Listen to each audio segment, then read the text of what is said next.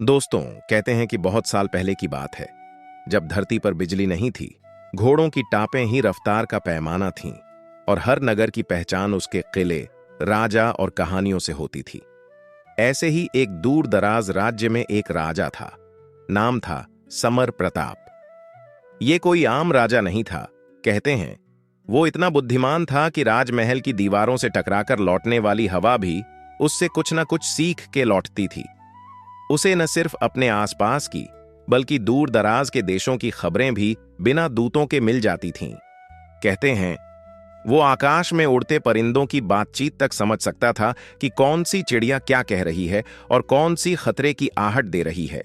लेकिन राजा की एक आदत बहुत अजीब थी।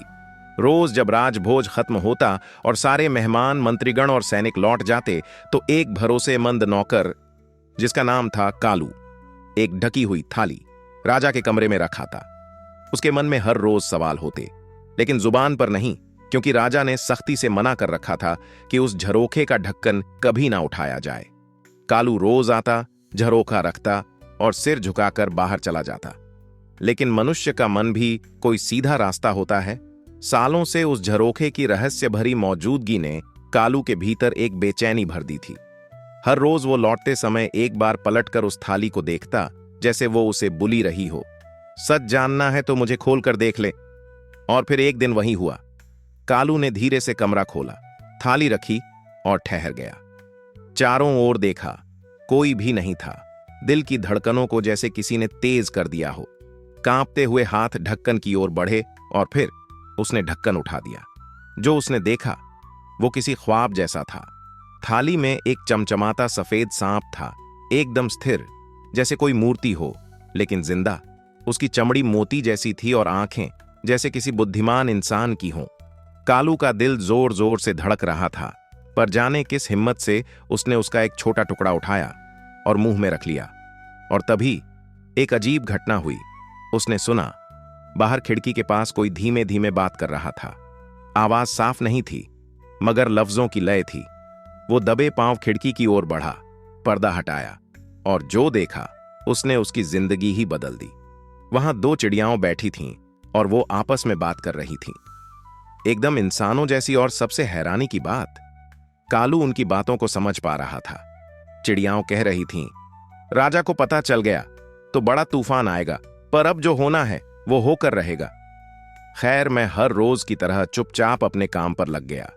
मैं उसी राजमहल का हिस्सा था, एक आम सा मुलाजिम। पर राजा की नजर में उनका खास, सब मुझ पर भरोसा करते थे, खासकर राज। लेकिन एक रोज ऐसा तूफान उठा कि मेरा सीधा सादा जीवन उलझनों की दलदल में फंस गया। बात कुछ यूं हुई कि रानी साहिबा की एक बेशकीमती अंगूठी अचानक गायब हो गई। सारे महल में खलबली मच गई। सैनिकों ने हर कोना छान मारा, पर अंगूठी का नामो निशान नहीं मिला। और चूंकि पूरे महल में सिर्फ मुझे हर दालान, हर तहखाने, हर कमरे में जाने की इजाजत थी, शक सीधा मुझ पर आ गया। रानी ने गुस्से में कहा, यह काम किसी और का नहीं हो सकता। सिर्फ यही सेवक है जो हर जगह बेझिझक जा सकता है। ये बात जैसे ही राजा तक पहुंची, उनका चेहरा सख्त हो गया। उन्होंने गुस्से में मुझे दरबार में बुलाया और जब मैं कांपते हुए सामने खड़ा हुआ तो उनकी निगाहें ऐसी थीं जैसे बिजली गिरने वाली हों। कहो, राजा बोले, रानी की अंगूठी तुमने चुराई है?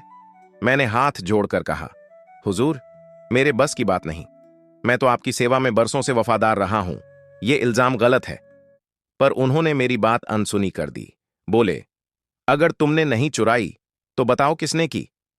और साथ ही साफ शब्दों में चेतावनी दे दी, अगर कल तक चोर का नाम नहीं बताया तो यही मान लिया जाएगा कि गुनहगार तुम ही हो और तुम्हारी सजा होगी मौत।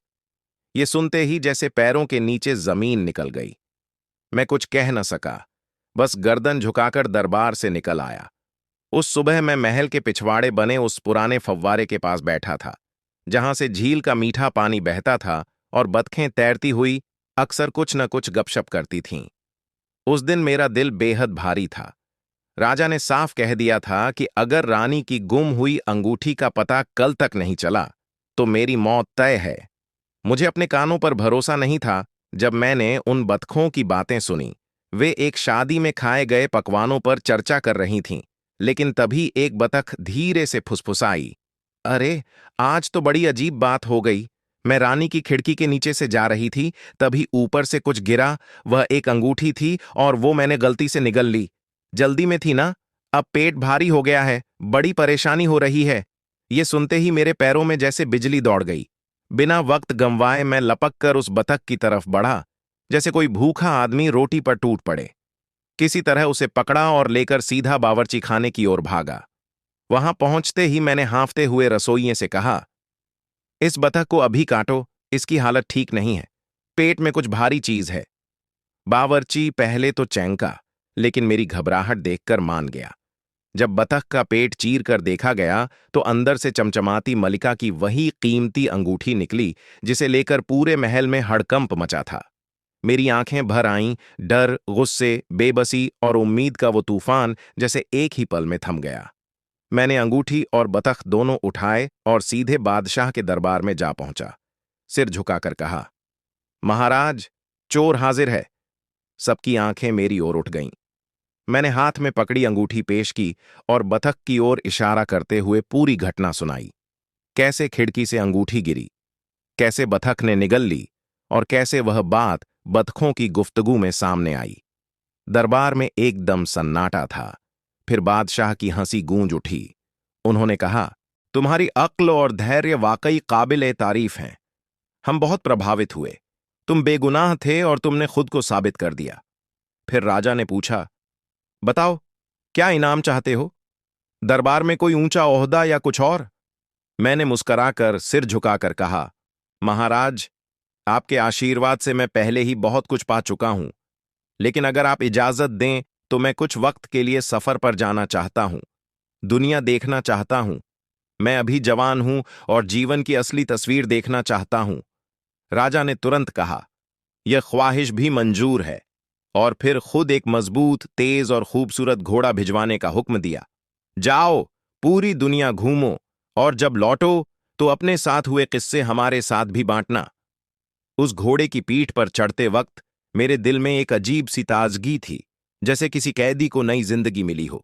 घोड़े की टापों की आवाज धीरे धीरे उस वीरान रास्ते की रेत में गुम हो रही थी, जहां हर ओर खामोशी पसरी थी।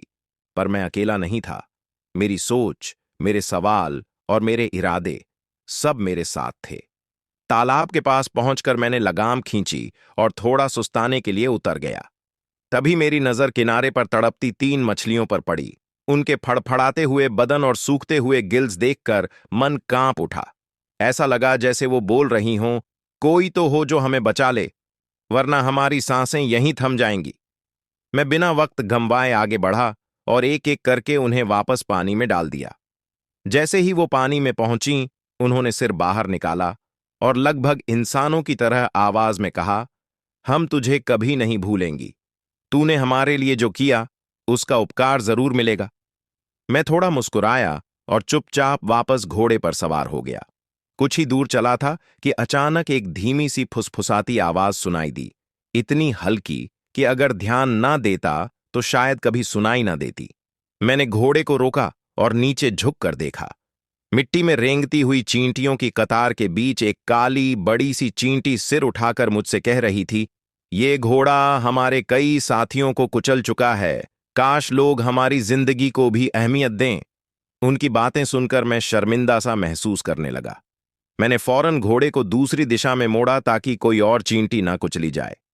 चींटी की वो रानी, शायद उनकी नेता थी, उसने कहा, तेरा ये एहसान हम कभी नहीं भूलेंगे। वक्त आने पर हम तेरा साथ जरूर देंगे।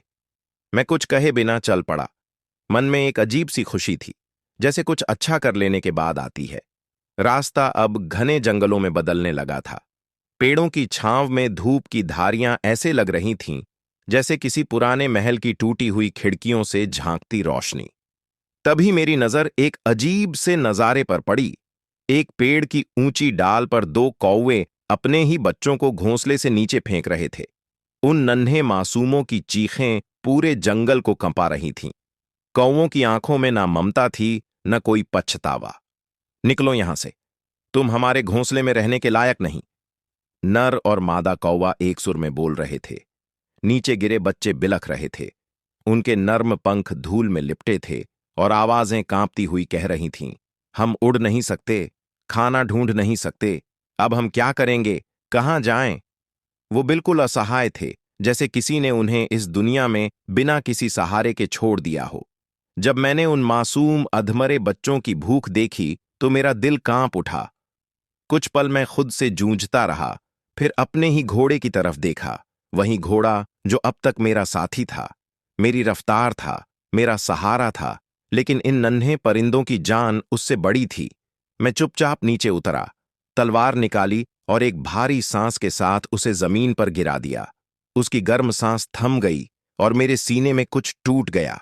मैंने उसके गोश्त के टुकड़े करके उन बच्चों के सामने रख दिए और वे नन्ही नन्ही चोंचों से उसे नोच कर खाने लगे। कुछ खून में लथपथ, कुछ खुशी में डूबे। उनके नन्हे नन्हे पर हिलने लगे और जब मैं वहां से चलने लगा, उन्होंने मेरी तरफ देखा, मासूम आंखों से, जैसे किसी फरिश्ते को देख रहे हों, और कहा, हम तुम्हें कभी नहीं भूलेंगे, एक दिन तुम्हारे एहसान का बदला जरूर चुकाएंगे। मैं मुस्कुराया, पर दिल भारी था। अब मेरे पास सवारी नहीं थी, लेकिन रास्ता बंद नहीं था। मैं पैदल चला। दिन रात बदलते गए और फिर एक दिन मैं एक चमचमाते शहर में दाखिल हुआ।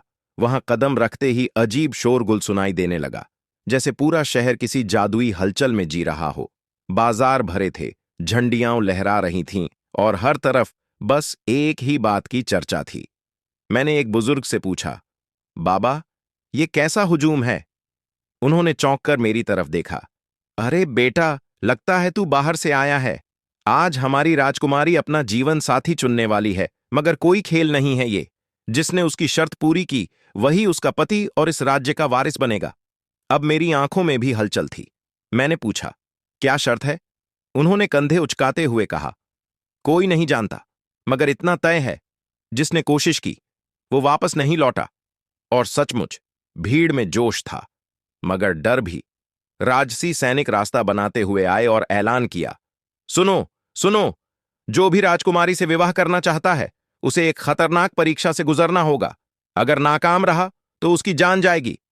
एक पल को सन्नाटा छा गया, फिर कानाफूसी शुरू हुई। क्या होगा वो इम्तिहान, कोई नहीं जानता, लेकिन राजकुमारी के हुस्न और रुतबे ने कई नौजवानों को दीवाना बना रखा था। कोई पीछे हटने को तैयार नहीं था। मैंने भी उस भीड़ में खड़े होकर देखा, पर मेरे मन में कोई हवस नहीं थी, कोई लालच नहीं था। बस एक अजीब सी खिंचाव थी, जैसे कोई ताकत मुझे उस तरफ खींच रही हो। सच कहूं तो उस पल मुझे लगा जैसे मौत का ही कोई दरवाजा खुला है, जहां से वापस लौटने का कोई रास्ता नहीं। हर तरफ डर का साया था। कुछ लोग पीछे हट रहे थे, कुछ चुपचाप वहां से खिसक गए, और मैं भी थोड़ा हिचकचाया। कदम जैसे जम से गए थे।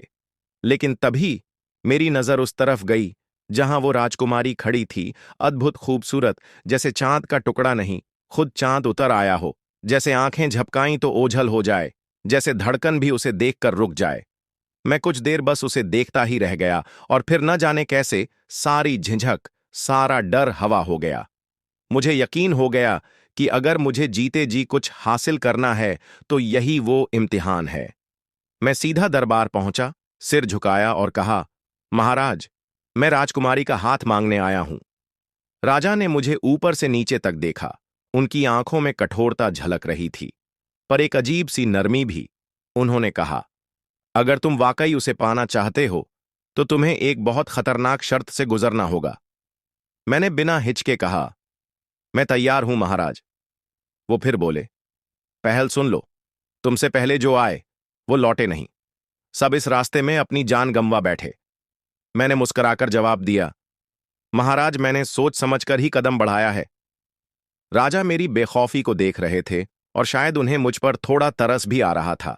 राजकुमारी की नजरें मुझ पर थीं। वो गहराई से देख रही थीं, जैसे वो जानना चाहती हो कि क्या मैं भी बाकी सब जैसा ही हूं या कुछ अलग। तभी मैंने सीधी आंखों में आंखें डालकर कहा, अगर आप इजाजत दें तो मैं उस इम्तिहान के लिए चलूं। राजा ने संकेत किया और दरबार के सेनापति मुझे साथ ले गए। राजकुमारी और राजा भी हमारे पीछे चल पड़े। हम सब समुंदर के किनारे पहुंचे। लहरें ऊंची उठ रही थीं, जैसे कोई पुराना राज उबल कर बाहर आना चाहता हो। तभी राजा ने अपनी अंगुली से एक चमचमाती अंगूठी निकाली और उसे समुंदर की गहराई में फेंक दिया। फिर बोले, अगर सच में राजकुमारी को पाना चाहते हो तो उस अंगूठी को ढूंढ कर लाओ, मगर याद रखो, अगर खाली हाथ लौटे तो इस बार तुम्हें समुंदर में फेंक दिया जाएगा और निकाला जाएगा, और ये सिलसिला तब तक चलेगा जब तक तुम्हारी जान न चली जाए। इतना कहकर वो कुछ दूर जाकर खड़े हो गए। राजकुमारी के साथ सबकी नजरें मुझ पर थीं, और मैं बस पानी को देख रहा था, गहरा, रहस्यमयी और खामोश। मेरे दिल में हलचल थी। क्या मैं इसे ढूंढ पाऊंगा? क्या ये सिर्फ एक अंगूठी की तलाश है या इससे कहीं ज्यादा? तभी मैंने देखा, 3 मछलियां पानी में से मेरी तरफ तैरती आ रही थीं। बीच वाली के मुंह में एक बड़ी सी सीप थी। मैं पानी में उतर गया, और जैसे ही वो मछली मेरे करीब आई, उसने वो सीप मेरे पैरों के पास रख दी। फिर अचानक वो मछली बोल पड़ी, हम वही मछलियां हैं जिन्हें तुमने उस सूखे तालाब में डालकर हमारी जान बचाई थी। आज मेरी बारी है उस एहसान को चुकाने की। मेरी आंखें भीग गईं। मैंने सीप खोली, और अंदर वही अंगूठी थी जो राजा ने फेंकी थी। मुझे लगा जैसे ये सिर्फ एक अंगूठी नहीं, मेरी किस्मत है जो लौट आई है। शायद इंसान की एक छोटी सी नेकी भी कहीं ना कहीं किसी समुंदर में सहेज ली जाती है, ताकि वक्त आने पर वो किसी मछली के जरिए वापस लौट सके। मैं उस पल को कभी नहीं भूल सकता जब समुंदर की लहरों से उठती वो चमकती सीपी मेरे सामने थी। मुझे अपनी आंखों पर भरोसा नहीं हो रहा था, पर मेरी आंखें सब कुछ साफ देख रही थीं। वो छोटी छोटी मछलियां जो इंसानों की तरह मुस्कुरा रही थीं, और उनमें से एक ने जैसे हौले से कहा, अलविदा। और फिर सारी मछलियां गहराई में खो गईं। मैं कुछ पल वहीं स्तब्ध खड़ा रहा, फिर झुककर सीपी उठाई, और जैसे ही उसे खोला मेरी सांसें थम गईं। उसमें वही अंगूठी थी, राजा द्वारा समुंदर में फेंकी गई अंगूठी, जिसे ढूंढ लाना किसी सपने जैसा था। मेरे हाथ कांप रहे थे, पर दिल खुशी से उछल रहा था। मैं बिना रुके दौड़ पड़ा। सांस फूल रही थी, पर मैंने दौड़ नहीं रोकी। सीधे दरबार में घुसा और राजा के सामने घुटनों पर बैठकर वो अंगूठी पेश कर दी। महाराज, आपकी अमानत हाजिर है, मैंने कहा। आवाज भर्राई हुई थी। राजा ने अंगूठी उठाई, बहुत बारीकी से देखा, और जगह जैसे वक्त थम गया हो, वही अंगूठी थी, वही निशान, वही चमक। वो खुद भी हैरान रह गया। ये कैसे मुमकिन है? राजा बड़बड़ाया, पर हकीकत उसके सामने थी। मैंने सिर झुकाकर कहा, महाराज, मैंने आपकी पहली शर्त पूरी कर दी है। अब आपकी बारी है वादा निभाने की। राजा मेरी ईमानदारी और साहस से प्रभावित था, पर तभी राजकुमारी ने खड़े होकर सख्त लहजे में कहा, अगर ये सचमुच मुझे पाना चाहता है तो इसे एक और कसौटी से गुजरना होगा। राजा ने एक सेवक को आदेश देते हुए कहा, 10 बड़े थैले बाजरे से भरवाए जाएं, और उन थैलों को खोलकर सारा बाजरा खास पर बिखेर दो, और सूरज निकलने से पहले उन्हें फिर से उन थैलों में भरना है। अगर इसने एक भी दाना छोड़ दिया तो इसकी सजा मौत होगी। दरबार में बैठे लोग आह भरने लगे। किसी ने कहा, अरे, अब तो बचना नामुमकिन है। कोई बोला, पहली शर्त तो किस्मत से पूरी हुई, लेकिन ये तो नामुमकिन है। पर मैंने कुछ नहीं कहा, बस धीमे से सिर झुकाया और बोला, इस इम्तिहान के लिए भी मैं तैयार हूं। सांझ का झुटपुटा धीरे धीरे बाग में उतर रहा था। जब राजकुमारी ने मुझे अपने साथ महल के उस पुराने बाग की ओर ले जाना शुरू किया, वो बाग जहां सदियों पुरानी बेलें लिपटी थीं और हवा में किसी गुजरे हुए वक्त की हल्की सी सिसकी तैर रही थी, वहां पहुंचकर उसने 10 बड़े थैले मंगवाए जो बाजरे से भरे हुए थे। फिर उसने इशारा किया, और सैनिकों ने वो सारे थैले खाली करके बाजरे को बारीकी से कटी घास पर फैला दिया। हर कोना, हर टुकड़ा अब सुनहरी दानों से भर गया था। और फिर राजकुमारी ने मेरी आंखों में देखकर बोला, सूरज निकलने से पहले ये सारे दाने एक एक करके वापस थैलों में भर दो। अगर एक भी दाना बाकी रह गया तो अगली सुबह तुम्हारा नाम सिर्फ इतिहास में रह जाएगा, और तुम इस दुनिया हमेशा के लिए विदा। इतना कहकर वो अपनी चंचल मुस्कान के साथ मुड़ गई, लेकिन उस मुस्कान में दया नहीं, एक सख्त इम्तिहान का ऐलान था। मैं वहीं खड़ा रह गया, जैसे किसी वीराने में अकेला छूट गया हो। सूरज डूब रहा था और अंधेरा धीरे धीरे मेरी उम्मीदों को निगल रहा था। मैं घास पर बैठ गया, हाथों में चेहरा छिपा लिया और खुद से पूछा, क्या अब कोई मछली आएगी? रात बढ़ी, ठंडी हवा मेरी रगों में उतर रही थी। दिल बेकाबू सा धड़क रहा था, और जब आंखें बंद हुईं तो न कोई सपना था, न कोई सुकून, बस एक भारी इंतजार। फिर कुछ घंटों बाद, जैसे ही भोर की हल्की सी रोशनी फैली, मैंने थके हुए मन से आंखें खोलीं और देखा, हर थैला बाजरे से भरा हुआ था और जमीन पर एक भी दाना बाकी नहीं था। मेरी सांसें थम गईं। मैं समझ नहीं पा रहा था कि यह सपना है या कोई चमत्कार। तभी पास से किसी की कोमल सी आवाज आई। हमें खबर मिली थी कि तुम मुश्किल में हो, इसीलिए मदद के लिए आ गए। मैंने चौंक कर देखा तो हजारों चींटियां कतार में खड़ी थीं और उनके बीच वो चींटी राजा भी था जिसकी जान मैंने कुछ दिन पहले बचाई थी। वो आगे बढ़ा और बोला, तुमने बिना किसी स्वार्थ के हमें बचाया। अब तुम्हारी बारी थी। पूरी रात हम काम में लगे रहे और एक एक दाना उठाकर थैलों में भर दिया। मेरी आंखों से आंसू बह निकले। मैं बोल नहीं पा रहा था, बस हाथ जोड़कर सिर झुकाया और मन ही मन उन छोटी सी जानों को धन्यवाद कहा जिन्होंने मेरी जिंदगी की सबसे बड़ी परीक्षा को पास करवा दिया। और तभी जैसे वो राजा मुस्कुराया और बिना कोई और बात किए बोला, अब हमें जाना होगा। फिर कुछ सोचकर रुका, सिर झुकाया और बोला, अलविदा, और घास के बीच गायब हो गया। अगली सुबह होते ही राजकुमारी और राजा बाग में आए। उन्हें पूरा यकीन था कि अब की बार मैं हार जाऊंगा, लेकिन जैसे ही उन्होंने वो नजारा देखा, दोनों के चेहरे से रंग उड़ गया। दसों थैले भर कर रखे थे और मैदान इतना साफ था जैसे कभी कोई दाना वहां गिरा ही न हो। राजकुमारी ने कांपती आवाज में कहा, ये कैसे हो गया? ये मुमकिन नहीं। राजा भी नजारों में खोए हुए मेरी तरफ मुड़े और पूछा, क्या ये सब तुमने किया है? मैंने सिर झुकाया, दिल में उन चींटियों की झलक समेटे हुए जवाब दिया, महाराज, मैंने आपकी दूसरी शर्त भी पूरी कर दी है। एक पल को सोचिए, मैं उस वक्त कैसा महसूस कर रहा था। दो कठिन शर्तें पूरी करने के बाद जब मैंने राज दरबार के सामने सिर ऊंचा करके कहा, महाराज, मैंने दोनों शर्तें पूरी कर दी हैं, अब कृपया अपना वादा निभाइए, तो राजा ने मेरी ओर देख मुस्कुराकर हामी भरी। लेकिन तभी राजकुमारी कुछ कदम आगे आई। उसकी आंखों में अजीब चमक थी और बोली, हां, तुमने दो शर्तें तो पूरी कर दी, लेकिन एक आखिरी शर्त अभी बाकी है।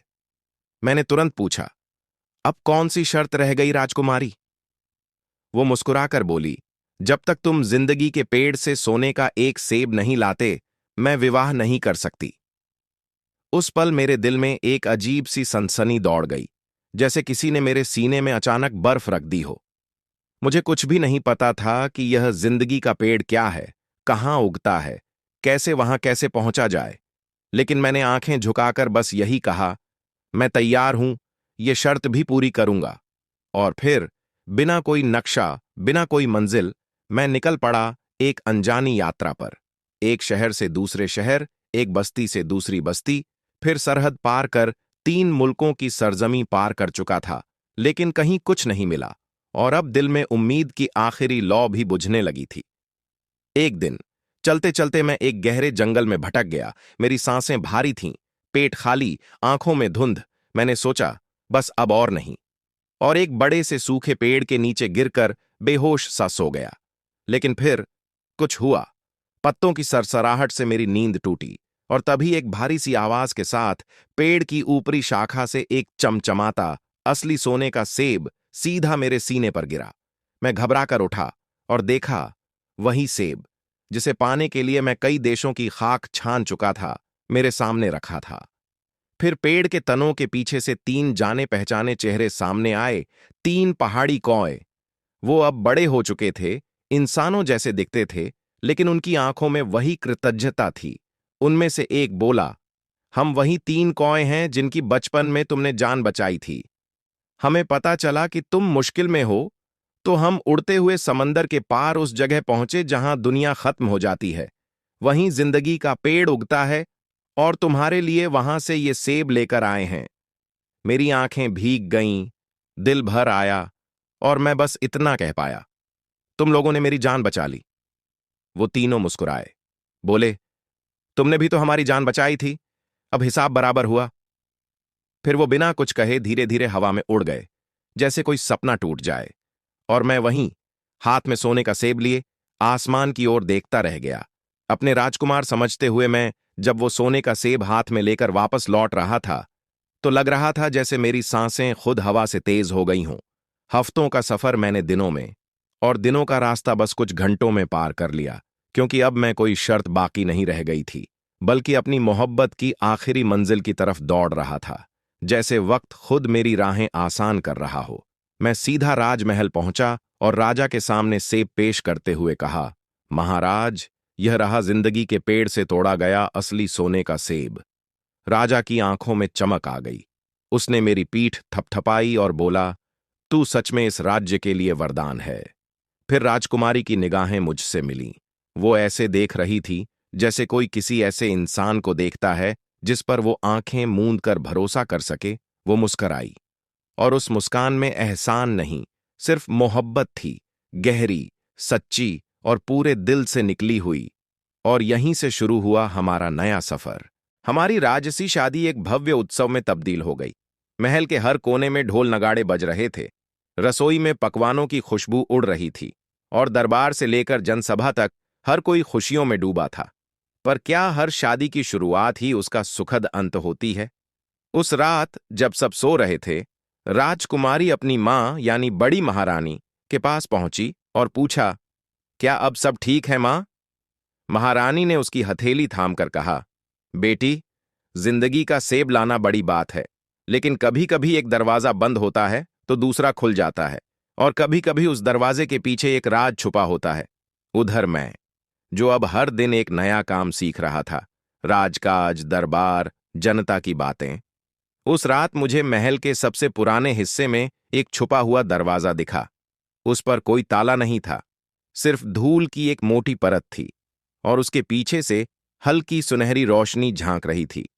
मैंने दरवाजा खोला तो एक पुराना नक्शा मिला, इतना पुराना कि उसकी स्याही भी महक रही थी।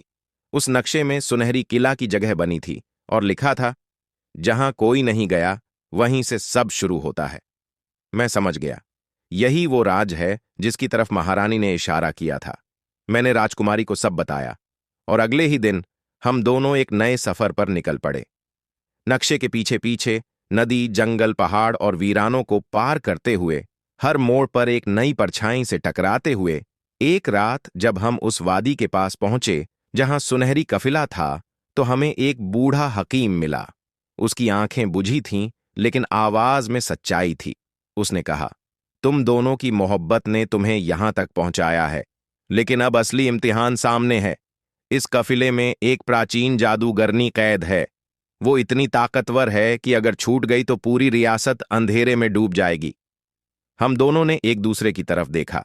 कोई डर नहीं था, सिर्फ यकीन था, एक दूसरे पर, अपनी मोहब्बत पर, और उस वादे पर जो हमने आंखों में बिना कहे किया था। और फिर अपने दिल की ताकत और हिम्मत की तलवार लेकर हम दोनों सुनहरी कफिले की तरफ बढ़ चले, जहां से एक और कहानी शुरू होने वाली थी। रास्ते भर राजकुमारी ने मुझे उस अद्भुत जीवन वृक्ष की ताकतों के बारे में बताया, जो न सिर्फ जिस्म को बल देता है बल्कि आत्मा को भी नई रोशनी से भर देता है। उसकी बातें सुनते हुए मुझे महसूस हुआ कि ये सिर्फ एक राजकुमारी नहीं, मेरे सफर की रोशनी है। और मैंने वादा किया, जब तक सांस है हम साथ हैं और हर मुश्किल को मिलकर मात देंगे। जब हम किला पहुंचे तो ऐसा लगा जैसे धरती भी हमारी परीक्षा ले रही थी। हर मोड़ पर एक नई पहेली, हर कदम पर कोई आजमाइश जो हमारी समझ, हमारी नीयत और हमारी मोहब्बत को परखती रही। कई बार ऐसा लगा कि अब नहीं होगा, लेकिन जब भी मेरी हिम्मत डगमगाई, राजकुमारी का हाथ कसकर थाम लिया और आगे बढ़ा। फिर आया वो पल जब जादूगरनी से आमना सामना हुआ। उसके चेहरे पर सदियों की साजिशें और आंखों में डरावनी परछाइयां थीं, लेकिन हमारी मोहब्बत की चमक के सामने वो अंधेरा भी ठहर न सका। हम दोनों ने मिलकर अपने भीतर की सारी ऊर्जा झोंक दी, और जब हमारे दिलों की ताकतें एक होकर उस जादूगरनी पर बरसीं, तो उसका हर काला जादू घुलता चला गया। वो झुक गई, उसकी आंखों में नमी थी, और उसने कहा, तुम दोनों की मोहब्बत ने मेरी आत्मा को छू लिया। मैं अब तुम्हारे साथ हूं। हमारी जीत के बाद कैला की हवाओं में जश्न गूंज उठा, पर असली कहानी तो अब शुरू हुई। जब जादूगरनी ने वफादारी जताते हुए अपनी आखिरी शक्ति का इस्तेमाल किया, तभी अचानक धरती हिली और एक पुराना संदूक खुद ब खुद चमकने लगा। मेरी नजर जैसे ही उस संदूक पर पड़ी, मन में एक जिज्ञासा उमड़ पड़ी। राजकुमारी ने धीरे से हाथ पकड़ते हुए कहा, ध्यान से, ये कोई आम संदूक नहीं है। मैंने सावधानी से उसे खोला और उसमें रखा था एक प्राचीन पत्थर जिस पर जले हुए चिन्ह थे, जैसे कोई ब्रह्मांड अपनी भाषा में कुछ कह रहा हो। जादूगरनी ने उसे पहचानते हुए बताया, ये दिल दुनिया पत्थर है। इसमें दुनिया की सारी शक्तियों का संतुलन छुपा है, लेकिन अगर गलत हाथों में गया तो सब कुछ खत्म हो जाएगा। हमने तय किया इसे किसी सुरक्षित जगह ले जाना चाहिए, लेकिन किस्मत को यह मंजूर न था, क्योंकि उसी समय सैकड़ों सालों से कैद एक पुरानी दुश्मन, जिसे कभी इसी जादूगरनी ने बंद किया था, आजाद हो चुकी थी। उसका नाम था स्याह साया। वो कोई इंसान नहीं, बल्कि घने अंधेरे की शक्ल में पनपा एक भय था, जो सिर्फ नफरत और तबाही की भाषा जानता था। उसने कैला पर धावा बोल दिया, हर तरफ हाहाकार मच गया और आम हथियार उस पर असरहीन साबित हुए। हम दोबारा जादूगरनी के पास पहुंचे। उसने कहा, अब सिर्फ दिल दुनिया की शक्ति ही उसे रोक सकती है। ये तभी काम करेगी जब तुम्हारी मोहब्बत एकदम बेदाग और इरादा एकदम अटल हो। उस दिन से हमारी असली परीक्षा शुरू हुई। हमने साथ जीना नहीं, साथ लड़ना सीखा। दिन रात अपना ध्यान, ऊर्जा और हर सांस उस पत्थर के साथ एक लय में जोड़ने की कोशिश में लगा दी। मोहब्बत अब सिर्फ दिल की नहीं, एक शक्ति बन चुकी थी, हिकमत, हिम्मत और समर्पण से भरी हुई। और फिर वो रात आई जब स्याह साया ने आखिरी बार हमला किया। पूरा महल कांप रहा था, हवाओं में चीखें थीं, लेकिन हम दोनों ने हाथ थामा और पत्थर की शक्ति को जगाया। हमारे हाथों से निकली रोशनी सिर्फ उजाला नहीं थी, वो हर उस डर का जवाब थी जो सदियों से लोगों को कैद किए हुए था।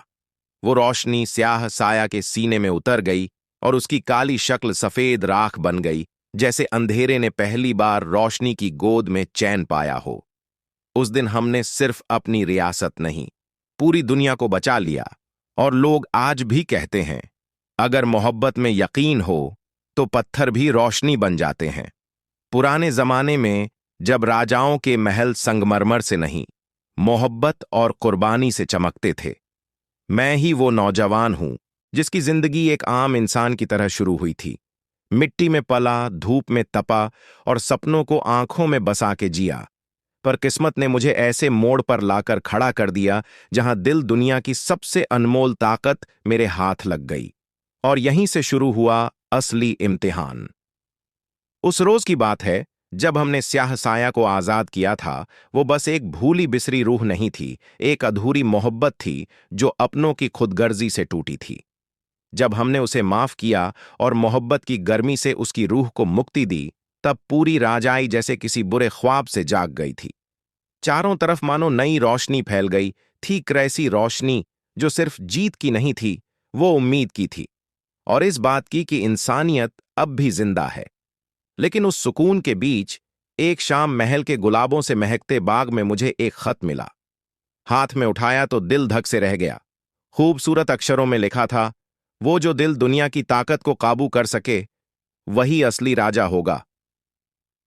उस एक लाइन ने मेरी रूह तक को हिला दिया। दिल में बेचैनी उठी कि कौन है जो मेरी हुकूमत और मेरी नीयत को चैलेंज कर रहा है। कहीं ये कोई चाल तो नहीं। मैंने फौरन राजकुमारी को सब बताया। वो मेरी जान थी, मेरी सबसे बड़ी ताकत। हमने मिलकर ठान लिया, इस रहस्य का पर्दाफाश करना ही होगा।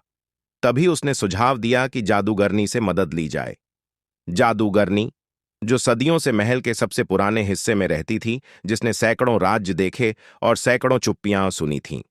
उसने हमें एक जादुई आईना दिया, सच्चाई दिखाने वाला आईना। हम दोनों उसके सामने खड़े हुए, जैसे अपने ही दिल को नंगा करने जा रहे हों। और फिर आईने में वो चेहरा उभरा जिसे देख मैं ठिठक गया। राजकुमार पारस, मेरा बचपन का यार, एक दूर राज्य का वारिस। लेकिन उसकी आंखों में अजीब सी चमक थी, कुछ पुरानी शिकवे और कुछ लालच। हमने उससे सीधा सवाल किया, उसने भी साफ साफ जवाब दिया। उसका मानना था कि इतनी ताकत सिर्फ दो लोगों के हाथ में होना गलत है। सबको हक मिलना चाहिए, सबको बराबरी का मौका। उसकी बात में वजन था। उसने साजिशें की थीं, विश्वास तोड़ा था। पर हमने सोचा, अगर सच्चा राजा वही है जो सबको साथ लेकर चले, तो क्यों ना हम एक साथ चलें? हमने फैसला किया कि इस ताकत को किसी एक के लिए नहीं, पूरी राजाए के लिए बनाया जाएगा। इसके लिए जादूगरनी ने एक नया जादुई हिल रचा, एक सीमित शक्ति जो किसी की लालच से नहीं, बल्कि सबकी भलाई से चले। मगर जैसे ही हमने ये रास्ता चुना, एक नई आफत हमारे दरवाजे पर आ खड़ी हुई। वो था झल्लाम, एक नामालूम प्राचीन जादूगर जिसने सदियों पहले अंधेरे में ताकतें पाई थीं और अब चाहता था कि वो पत्थर, दिल, दुनिया उसके हाथ लगे। उसका मकसद था अंधेरे को फैलाना, नफरत को हवा देना। अब हम तीन, मैं, राजकुमारी और पारस एक साथ खड़े थे, दोस्ती, हिम्मत और मिसाल की तलवार बनकर। जादूगरनी ने हमें एक आखिरी हथियार दिया, नूर ए हमदर्दी, जो सिर्फ तब काम करता जब दिल में मोहब्बत और नीयत में सफाई हो। फिर शुरू हुआ युद्ध, जिसमें सिर्फ तलवारें नहीं, चालें, समझदारी और दिलों की सच्चाई भी काम आई। झल्लाम ने हर चाल चली, लेकिन जब मैंने अपने डर से नहीं, अपने प्यार से लड़ना सीखा, जब राजकुमारी ने खुद को सिर्फ एक रानी नहीं, एक योद्धा की तरह साबित किया, और जब परस ने अपनी चालाकी को कुर्बानी में बदल दिया, तब जाकर हमें जीत मिली। झल्लाम हार गया और हमारी राजाई में फिर से अमन और मोहब्बत की हवा चलने लगी। लेकिन इस बार वो ताकत अब सिर्फ हमारे पास नहीं थी, वो हर उस दिल के पास थी जो सच्चा, निडर और नेक था। यही थी मेरी कहानी, एक आम लड़के की जो राजा बना। असली जीत उसकी थी जिसने खुद को नहीं, सबको चुना। महल की ऊंची दीवारों के पीछे, जहां राजसी परंपराएं और दिल की धड़कनों की कहानियां साथ साथ चलती थीं, वहीं हमारे नौजवान और राजकुमारी ने अपनी मोहब्बत, इंसाफ और कुर्बानी से ऐसा इतिहास रचा कि लोग आज भी उस कहानी को सांस रोककर सुनते हैं। पर जिंदगी की राहें कभी एक जगह नहीं रुकती। अमन के कुछ प्यारे लम्हे ही बीते थे कि एक दोपहर महल के मुख्य दरवाजे पर एक अजनबी मुसाफिर की परछाई पड़ी। वो लिबास से अलग था, उसके चेहरे पर थकावट नहीं, बल्कि रहस्य की चमक थी। उसकी आंखें ऐसी जैसे समंदर के नीचे कोई गहरा सच छुपा हो, और उसके हाथ में एक छोटा मगर बेहद चमकदार पत्थर, जिसे वो रोशनी का पत्थर कहता था। उसकी आवाज में चेतावनी थी कि इस पत्थर में वो ताकत है जो किसी भी छुपे सच को उजागर कर सकती है, पर इसका इस्तेमाल बहुत सोच समझकर होना चाहिए, वरना यह उजाला खुद आग बन सकता है। मैं और राजकुमारी दोनों चौंके, लेकिन सबसे ज्यादा हैरानी तब हुई जब राजकुमार पारस आगे बढ़ा और मुसाफिर को पहचान गया। ये पत्थर, ये हमारे राजघराने के सबसे पुराने खजाने का हिस्सा है, जिसे सदियों से सिर्फ वही लोग छू सके हैं जिनका दिल पाक और इरादे साफ हों। पर जितनी तेजी से ये राज खुला, उतनी ही तेजी से खतरे भी नजदीक आने लगे। दूर दराज के इलाकों से लालची दुश्मन, चालाक ठग और कुछ रहस्यमयी जादूगर इस जादुई पत्थर की ताकत को हथियाने निकल पड़े। इन्हीं में सबसे खतरनाक थी एक औरत, जहरा। उसका नाम ही डर फैला देता था। वो वक्त को पीछे ले जाकर उसकी लकीरों को बदलने का दावा करती थी, और उसकी चालें इतनी महीन थीं कि वो सामने होकर भी नजर न आए। जब हमें जहरा की मंशा का पता चला, हमने फौरन एक मंसूबा तैयार किया। मैं, राजकुमारी, राजकुमार पारस, हमारी वफादार जादूगरनी और पहाड़ियों से आए वो तीन हिम्मती कौए, हम सबने मिलकर एक जादुई महफिल रचाई, जहां रोशनी के पत्थर की ताकत को नियंत्रण में रखने के लिए खास मंत्र और मंत्रणाएं की गईं। मगर जहरा, उसकी चालें और उसका इरादा, वो महफिल में गुपचुप दाखिल हुई, और जैसे ही उसने पत्थर की ओर हाथ बढ़ाया, मैंने बिना वक्त गंवाए उसका सामना किया। हमारी भिड़ंत हुई, तलवारें टकराईं, आंखों में आग और दिल में डर, मगर तभी पत्थर से निकली एक रोशनी ने पूरे महल को चीर दिया और जहरा की तमाम चालों को बेअसर कर दिया। वो रोशनी सिर्फ उजाला नहीं थी, वो इंसाफ था, सच्चाई थी। वो आवाज थी जो हर झूठ को चुप करा देती है। जहरा हार गई और हमने उस पत्थर को एक खास कैद में बंद कर दिया, ऐसी कैद जिसे सिर्फ वही खोल सके जिसका दिल एकदम सच्चा हो। उस रात मैंने राजकुमारी को देखा। उसकी आंखों में आत्मविश्वास था और उसकी आवाज में वो यकीन जो वक्त बदल सकता है। उसने कहा, हमारी असली ताकत मोहब्बत है, हमारी दोस्ती, हमारा यकीन, यही जादू है। और हम दोनों ने उस रात एक नई शुरुआत की, एक ऐसी दुनिया की जो बिना छल कपट के हो, जहां हर इंसान का हक हो खुश रहने का। इंसाफ पाने का। मगर वो सुकून ज्यादा वक्त तक न टिक सका। कुछ महीनों बाद एक चांदनी रात, जब पूरा महल नीले उजाले में नहाया हुआ था, मैंने एक अजीब ख्वाब देखा। एक आवाज आई, बहुत दूर से, जैसे किसी घने जंगल की गहराई से। उस आवाज ने मुझे एक पुराने दरख्त का पता बताया, जिसे लोग रूहों का दरख्त कहते थे। वो सिर्फ एक पेड़ नहीं था, वो इस रियासत की आत्मा था कि जिस दिन वो गिरता, हमारी तकदीर भी गिर जाती। मैंने सुबह होते ही राजकुमारी को सब बताया, और हम सब, मैं, वो, राजकुमार पारस, हमारी जादूगरनी और पहाड़ी कौए, फौरन एक खुफिया रास्ते से उस जंगल की ओर निकले। जैसे जैसे हम जंगल में आगे बढ़े, हमने देखा कि वो दरख्त किसी अजीब ऊर्जा से घिरा हुआ है। उसके चारों ओर साए मंडरा रहे थे, जैसे कोई अनदेखा खतरा हमें ताक रहा हो। याद है वो दिन जब जादूगर नहान पहली बार हमारे दरख्त की ताकत चुराने की कोशिश में महल के पास आया था। उसका लिबास भले ही पुराना और फटा पुराना था, लेकिन उसकी चालाकी और काला जादू उससे कई गुना खतरनाक था। नहान की ताकतें ऐसी थीं कि वो वक्त को थाम सकता था, हमारे ख्वाबों में घुस सकता था और दिलों में डर की ऐसी दीवारें बना देता था कि इंसान खुद को खो बैठता था। मगर मैं, राजकुमारी की सूझबूझ और जादूगरनी की गहरी समझ के साथ, नहान के जादू को मात देने की ठानी। 3 पहाड़ी कौए, जो हमारे वफादार साथी थे, उन्होंने अपनी खास जादुई चालों से नहान को फंसाने की कोशिश की, और जंगल के वो रूहानी दरख्त भी, जिनकी जड़ें सदियों की कहानियों से जुड़ी थीं, अपनी ताकत दिखाने लगे। जब नहान की शक्ति कमजोर होने लगी, तो मुझे एहसास हुआ कि हमारी असली ताकत हमारी मोहब्बत और एकता में है। उसी ताकत से हमने न सिर्फ दरख्त को बचाया, बल्कि अपने राज्य के लिए एक नई उम्मीद भी जगाई। महल लौटकर हमने मिलकर एक नया कानून बनाया, जहां हर इंसान की सुरक्षा और आजादी की गारंटी थी। हमारा राज्य एक ऐसे मेले की तरह बन गया, जहां जादू और मोहब्बत साथ साथ खिलते थे, हर दिल में सुकून और हर आंख में रोशनी थी।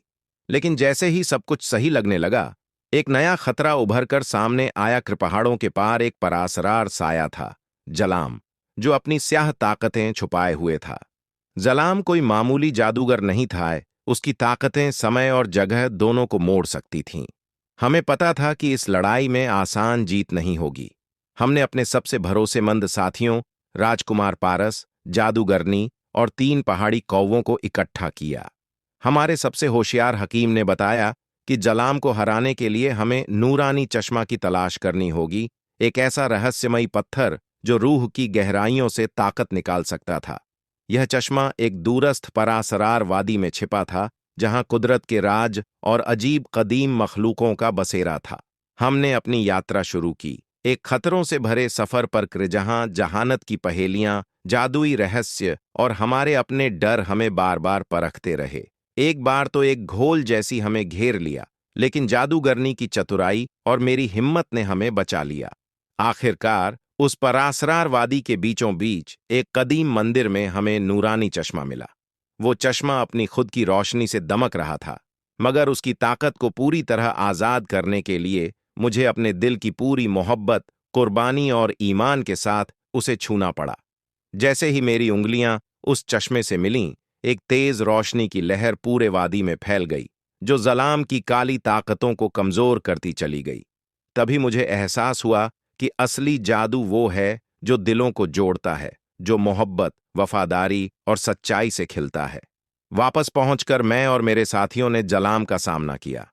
नूरानी चश्मा की रोशनी ने उसकी काली ताकतों को धीरे धीरे कमजोर कर दिया, जैसे रात के बाद सूरज की पहली किरणें अंधेरा छांटती हैं। जलाम ने आखिरकार हार मान ली। उसकी काली साया में अब दम नहीं बचा था और वह भाग खड़ा हुआ। उस दिन राज्य में फिर से अमन लौट आया, लेकिन हम जानते थे कि ये मोहब्बत और हिम्मत ही है जो हमारी जमीन को हमेशा सलामत रखेगी। मैं और राजकुमारी सिर्फ अपने राज्य के नहीं, बल्कि पूरे जहां के लिए मोहब्बत, समझदारी और इंसाफ का नया पैगाम बन चुके थे। हमारी कहानी सिर्फ एक प्रेम कथा नहीं थी, बल्कि हर दिल में उम्मीद की रोशनी जलाने वाली दास्तान थी। तभी, जैसे एक नई सुबह, हमारे जीवन में एक नन्हा मेहमान आया।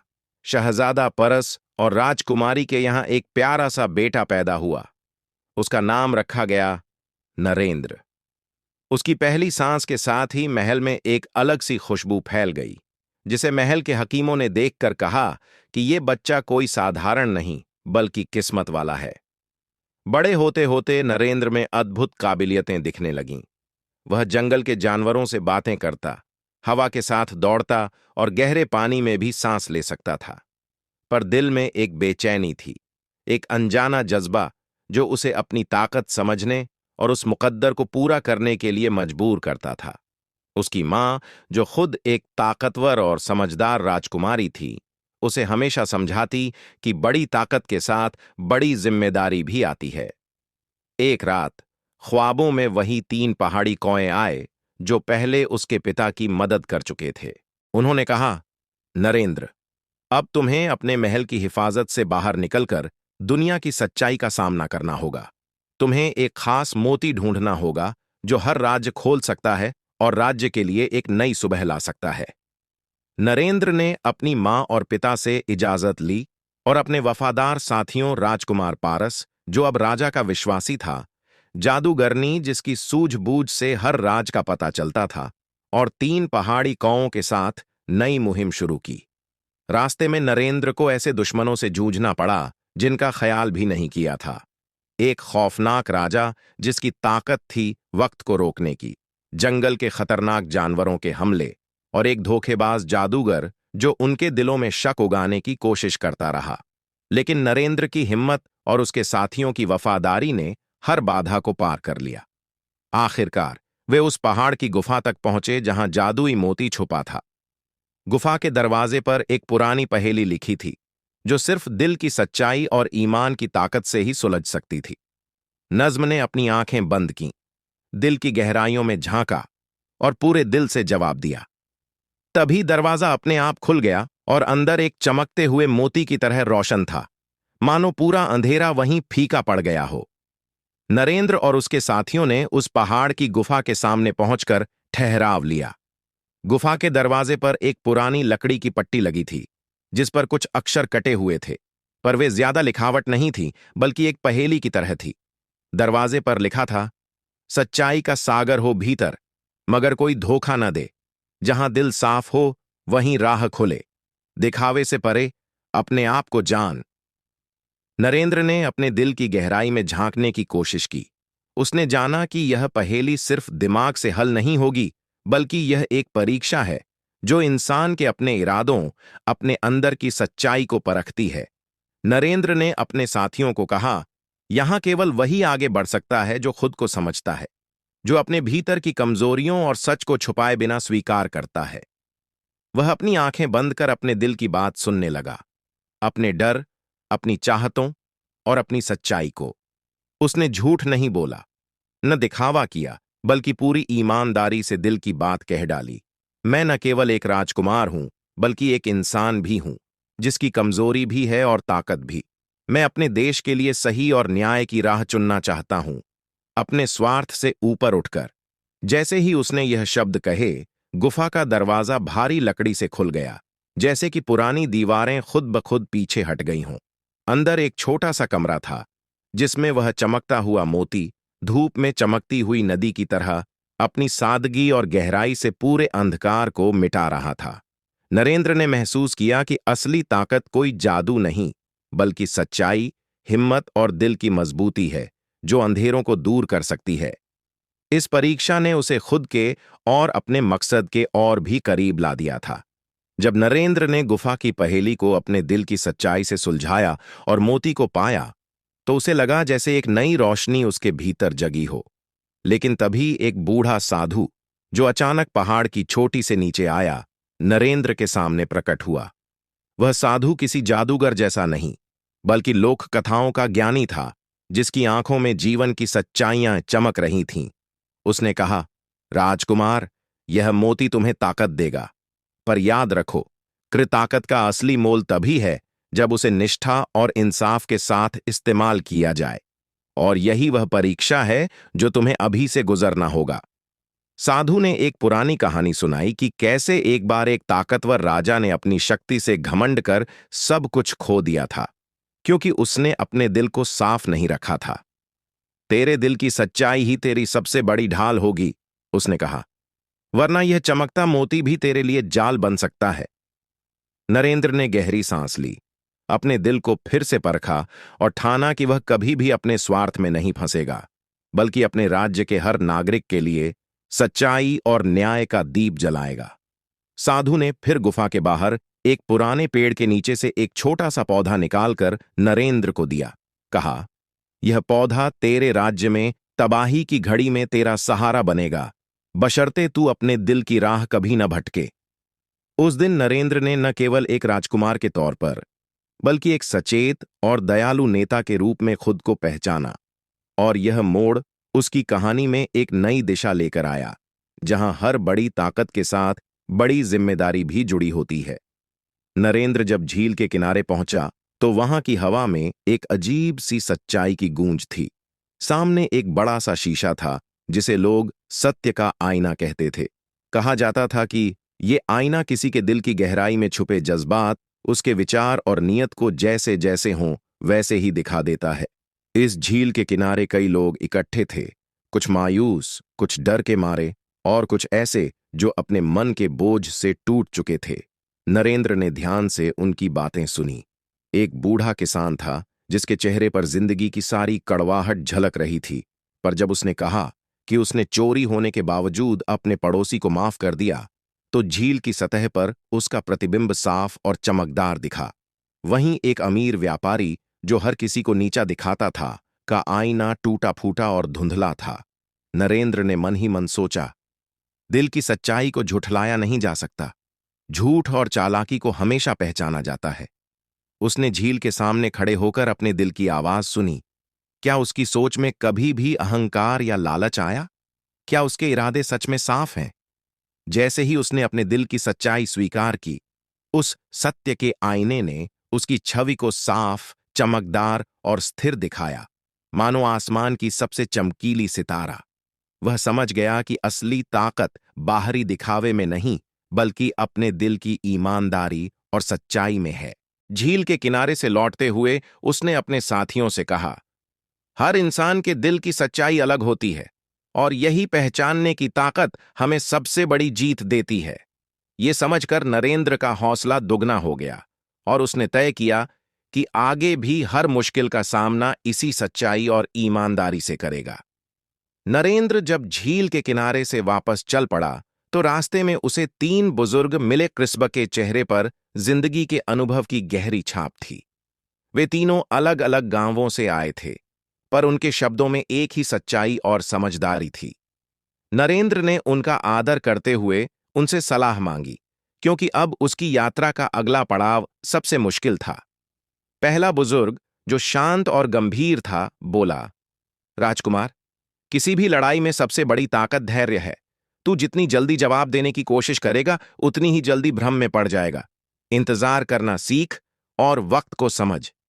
दूसरा बुजुर्ग, जो हंसमुख और समझदार था, मुस्कुराया और कहा, अपने दिल की सुन, लेकिन उस पर भरोसा भी कर, पर आंखें हमेशा खुली रख।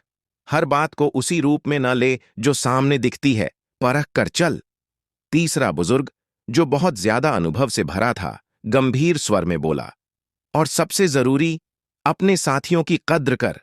अकेला शेर भी कभी कभी शिकार नहीं कर पाता, पर जब सारे जंगल के जानवर साथ हों तो कोई भी ताकत उसे हरा नहीं सकती। नरेंद्र ने उनकी बातों को दिल से लिया और महसूस किया कि ये तीनों बातें उसके सफर की असली चाबी हैं, धैर्य, समझदारी और विश्वास। उसने ठाना कि अब वो हर कदम सोच समझकर उठाएगा, अपने साथियों की मदद से हर चुनौती का सामना करेगा और किसी भी धोखे में नहीं फंसेगा।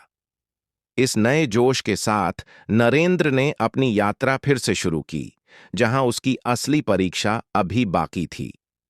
नरेंद्र की अगली चुनौती थी अपने वफादार साथियों की परीक्षा देना, क्योंकि रास्ते में कई बार दिखावे और असली इरादों में फर्क समझ पाना मुश्किल हो जाता था। एक दिन जब वे घने जंगल से गुजर रहे थे, अचानक एक रहस्यमय आवाज गूंजने लगी, सच्चाई वही है जो चुनौती झेल सके, नकली साथ छोड़ दे। नरेंद्र ने अपनी आंखें बंद कर अपने दिल की आवाज सुनी और फिर सामने बैठे हर साथी से पूछा, क्या तुम मेरे लिए अपनी जान भी दे सकते हो? क्या तुम मेरे साथ हर खतरे में डटे रहोगे? चाहे हालात कितने भी मुश्किल क्यों ना हो। कुछ साथी झिझके, कुछ ने कहा हां, लेकिन नरेंद्र ने उन पर यकीन नहीं किया। तभी उसने एक ऐसा काम दिया जिसे पूरा करना मुश्किल था। उसने कहा कि जंगल के बीच एक गुफा में जाकर एक खास फूल लाना होगा, जो केवल सचेत और हिम्मत वाले ही ढूंढ सकते हैं। हर साथी अलग अलग दिशा में गया, पर जो साथी असली थे, वे धैर्य और समझदारी से काम लेकर वापस लौटे। नरेंद्र ने देखा कि सिर्फ वही साथी जो निस्वार्थ थे, फूल लेकर आए, और उनकी आंखों में विश्वास झलक रहा था।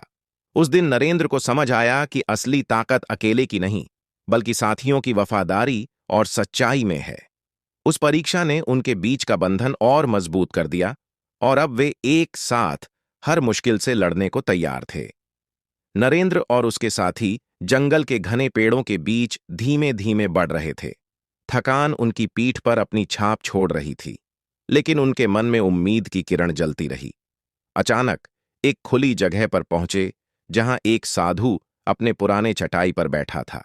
उसकी आंखें शांत और गहरी थीं। चेहरे पर वर्षों की अनुभूति झलक रही थी।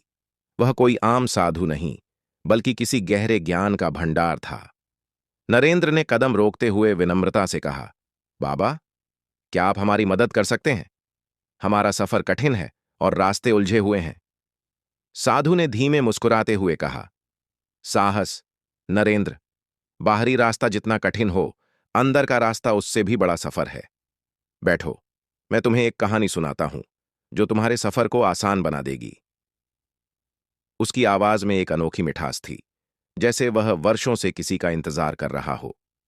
सभी साथी उसके चारों ओर बैठ गए, और साधु ने अपनी कहानी शुरू की। एक कहानी जो बहादुरी, चालाकी और सबसे बड़ी बात, दिल की सच्चाई की परीक्षा की थी। यह कहानी नरेंद्र के लिए एक आईना बनेगी, जो उसे दिखाएगा कि असली ताकत कहां से आती है। बहुत समय पहले की बात है।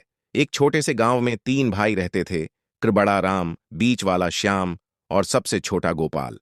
तीनों अलग अपने स्वभाव के थे। बड़ा राम था जुझारू और साहसी, लेकिन जल्दी गुस्सा हो जाता था।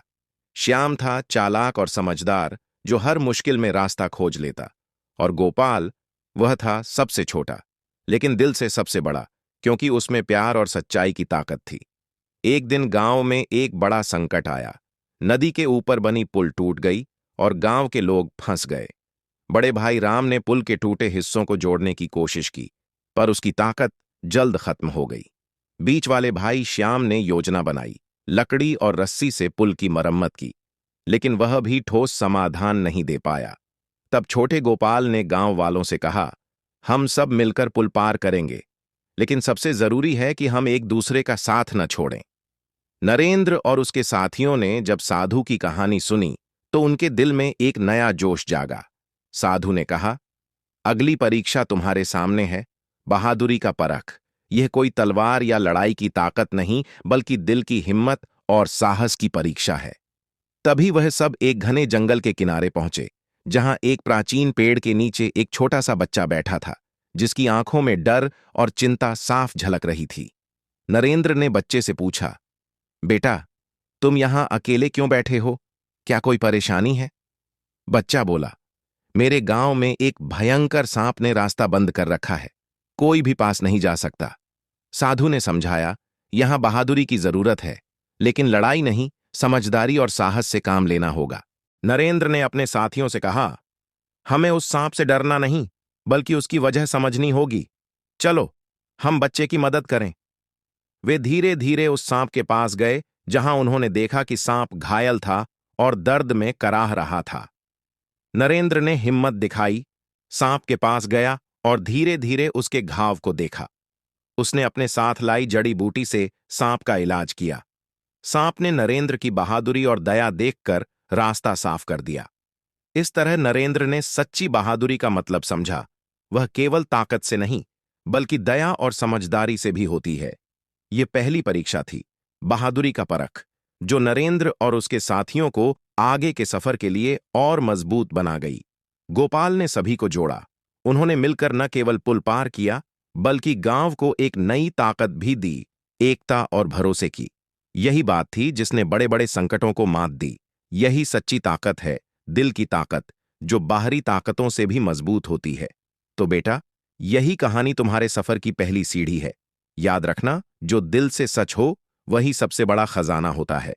साधु की कहानी खत्म हुई ही थी कि एक गहरी चुप्पी छा गई, और तभी उसने अपनी आंखें खोलकर गोपाल की तरफ देखा, फिर मुस्कुराया और बोला, पर बेटा, क्या तुम जानते हो उस तीसरे भाई का असली नाम क्या था? सब चैंक गए। गोपाल भी सिहर गया। उसकी सांसें तेज चलने लगीं और उसने कांपती आवाज में पूछा, क्या आप मुझे जानते हैं? साधु ने गहरी सांस ली, मानो किसी पुराने रहस्य का ताला खोल रहा हो, और बोला, जानता नहीं, पहचानता हूं, क्योंकि वो तीसरा भाई तुम ही हो, नरेंद्र यानी गोपाल। जैसे ही ये शब्द गूंजे, सबके चेहरे पर सन्नाटा छा गया। साथी भी एक दूसरे का मुंह ताकने लगे, और गोपाल को ऐसा महसूस हुआ मानो उसके भीतर कहीं कुछ टूट कर बिखर रहा हो, या शायद जुड़ रहा हो।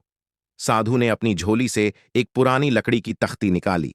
उस पर वही रहस्यमयी चिन्ह उभरा हुआ था जो गोपाल को बचपन से सपनों में दिखता आया था। और फिर उसने धीरे से कहा, तुम्हारा आना तय था बेटा। यह कोई कहानी नहीं थी, ये तुम्हारा ही भुला हुआ अतीत था। तुम्हारा जन्म एक मिशन के साथ हुआ था, रहस्यमणि की रक्षा के लिए।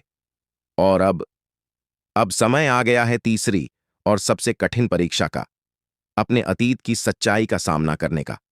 गांव की उस वीरान गुफा के सामने खड़ा गोपाल असमंजस में था। साधु की बातों ने उसके मन में तूफान मचा दिया था। साथ ही उसकी तरफ देख रहे थे, लेकिन गोपाल की आंखें अब कहीं और थीं, अपने भीतर। साधु ने गुफा की ओर इशारा किया, ये वही जगह है जहां से सब शुरू हुआ था। यहां तुम्हारा अतीत छिपा है, और इसी के भीतर है तीसरी परीक्षा, सच को स्वीकारने की ताकत। गोपाल ने बिना कुछ कहे गुफा के अंदर कदम रखा। चारों तरफ अंधकार था, पर उसकी सांसें उसे रास्ता दिखा रही थीं। कुछ ही कदमों के बाद वह एक खुले कक्ष में पहुंचा। वहां 3 विशाल दर्पण रखे थे, सत्य के आईने। साधु की आवाज भीतर गूंजी, इन 3 आईनों में एक तुम्हारा सच्चा अतीत दिखाएगा, एक तुम्हारी कल्पना और एक तुम्हारे डर का चेहरा। पहचानना तुम्हें है कौन सा सच है। पर सावधान, अगर तुम गलत चुने तो हमेशा के लिए सब भूल जाओगे। पहले आईने में गोपाल ने देखा, एक छोटा बच्चा अपने मां बाप के साथ हंसता खेलता था, खेतों में भागता, पेड़ों पर चढ़ता। दूसरे में वही बच्चा किसी राजमहल में पल रहा था, महलों में शिक्षा पा रहा था, जैसे वो कोई खोया हुआ राजकुमार हो। तीसरे में अंधेरा, आग, चीखें, और वही बच्चा अकेला भाग रहा था, किसी को पुकारता हुआ। गोपाल का दिल कांप उठा। क्या उसका जीवन एक सपने में बीता? क्या वो सच में कोई खोया हुआ उत्तराधिकारी था, या महज एक भ्रम?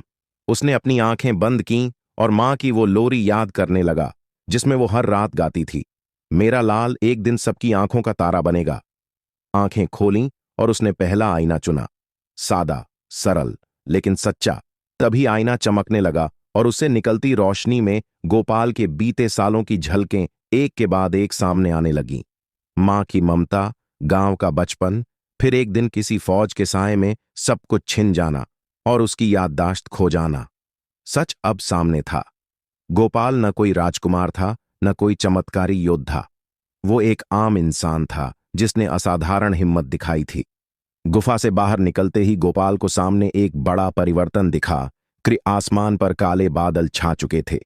गांव की ओर से धुंधली चीखें सुनाई दे रही थीं। साधु ने गंभीर स्वर में कहा, अब तुम्हारी आखिरी परीक्षा तुम्हारा इंतजार कर रही है, किसी और के लिए खुद को भूल जाना। गोपाल दौड़ पड़ा। गांव पहुंचते ही उसने देखा कि एक लालची व्यापारी ने गांव वालों को डराकर उनके खेत और घर हड़पने की चाल चल दी थी। वो कह रहा था कि जिसने भी रहस्यमणि को खोजा है वो असली राजा है, और अब गांव उसी का होगा। सबकी निगाहें गोपाल पर टिक गईं। साधु ने उसे चुपचाप रहस्यमणि सौंप दी और कहा, तुम चाहो तो अब इससे सब कुछ पा सकते हो, राज्य, शक्ति, पहचान, लेकिन अगर चाहो तो इसे गांव की रक्षा के लिए भी दे सकते हो। तय तुम्हें करना है। गोपाल ने मुस्कुराते हुए रहस्यमणि को उठाया और सबके सामने उसे नदी में बहा दिया। सब सन्न रह गए। गोपाल बोला, जिस शक्ति से किसी का अहित हो सकता है वो शक्ति मेरे किसी काम की नहीं। मेरा असली धन मेरे लोग हैं, क्रि और मेरी असली पहचान उनका विश्वास है। इतना कहते ही आकाश से एक चमकदार रोशनी उतरी और वो रहस्यमणि हवा में लौट आई। कृपर इस बार किसी पत्थर की नहीं, विश्वास और त्याग की प्रतीक बनकर। साधु ने झुककर कहा, अब तुम सचमुच योग्य हो गए हो। तुम्हारी परीक्षा पूरी हुई। तुम वही बन गए जो बनने के लिए जन्मे थे, अपने लोगों का रक्षक। गांव वालों ने उसे कंधों पर उठा लिया। साथी मुस्कुरा रहे थे। मां की आंखों में आंसू थे, लेकिन वो आंसू खुशी के थे। अंत में साधु ने बालक से कहा, तो बेटा, यही कहानी तुम्हारे सफर की आखिरी सीढ़ी थी। याद रखना, सच्ची ताकत बाहरी नहीं, दिल में होती है, और जो दिल से सच्चा हो वही असली नायक होता है। कहानी वहीं खत्म होती है जहां एक नया अध्याय शुरू होता है। गोपाल की तरह हर इंसान के भीतर एक सफर छिपा होता है, कभी बहादुरी की परीक्षा, कभी चालाकी की, कभी सच्चाई का सामना और कभी त्याग की घड़ी। लेकिन अगर दिल सच्चा हो, नीयत साफ हो और साथ देने वाले वफादार हों, तो कोई भी मंजिल दूर नहीं। धन्यवाद, और मिलते हैं अगले रोमांचक किस्से के साथ। तब तक मुस्कुराते रहिए, सुनते रहिए और सपनों की उड़ान भरते रहिए।